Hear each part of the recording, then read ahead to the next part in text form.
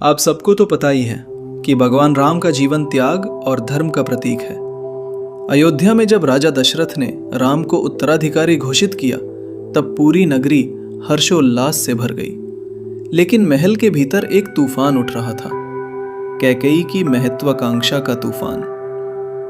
अपनी दासी मंथरा के बहकावे में आकर कैकेयी ने दशरथ से अपने 2 वरदान मांगे, भरत को राजा बनाना और राम को 14 वर्ष का वनवास देना।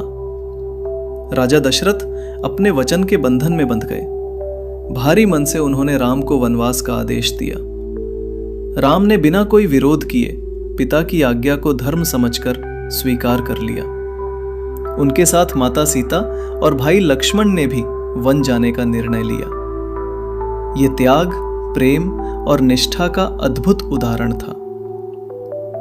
वन में उनका जीवन कठिनाइयों से भरा था। घने जंगल, जंगली जानवर, राक्षसों का आतंक और सीमित साधन। फिर भी राम ने हर स्थिति में धर्म का पालन किया और कई राक्षसों का विनाश किया। लेकिन सबसे बड़ी परीक्षा तब आई जब रावण ने छल से सीता का हरण कर लिया।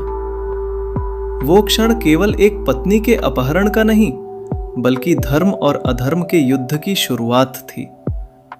राम का ये त्याग और धैर्य युगों युगों तक मानवता को सिखाता है कि धर्म के लिए किया गया त्याग ही सच्ची महानता है।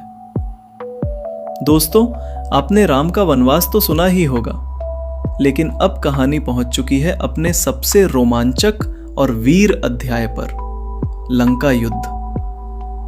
जब रावण छल से सीता माता का हरण कर ले गया, तब भगवान राम के जीवन का उद्देश्य सिर्फ एक बन गया, अधर्म का अंत और सीता की मुक्ति।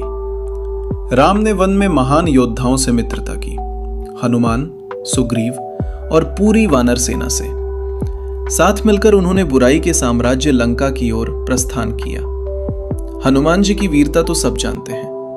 उन्होंने समुद्र लांघा, लंका पहुंचकर सीता माता को ढूंढ निकाला और पूरी लंका में अपने जलते हुए पूंछ से लंका दहन कर दी। वो दृश्य मानो धर्म का पहला प्रहार था अधर्म पर। फिर शुरू हुआ वो महायुद्ध, जिसकी गूंज युगों तक सुनाई दी। रावण की 10 दिशाओं में फैलती शक्ति, उसकी विशाल सेना और अमर अभिमान के सामने राम का धैर्य, नीति और सत्य खड़ा था।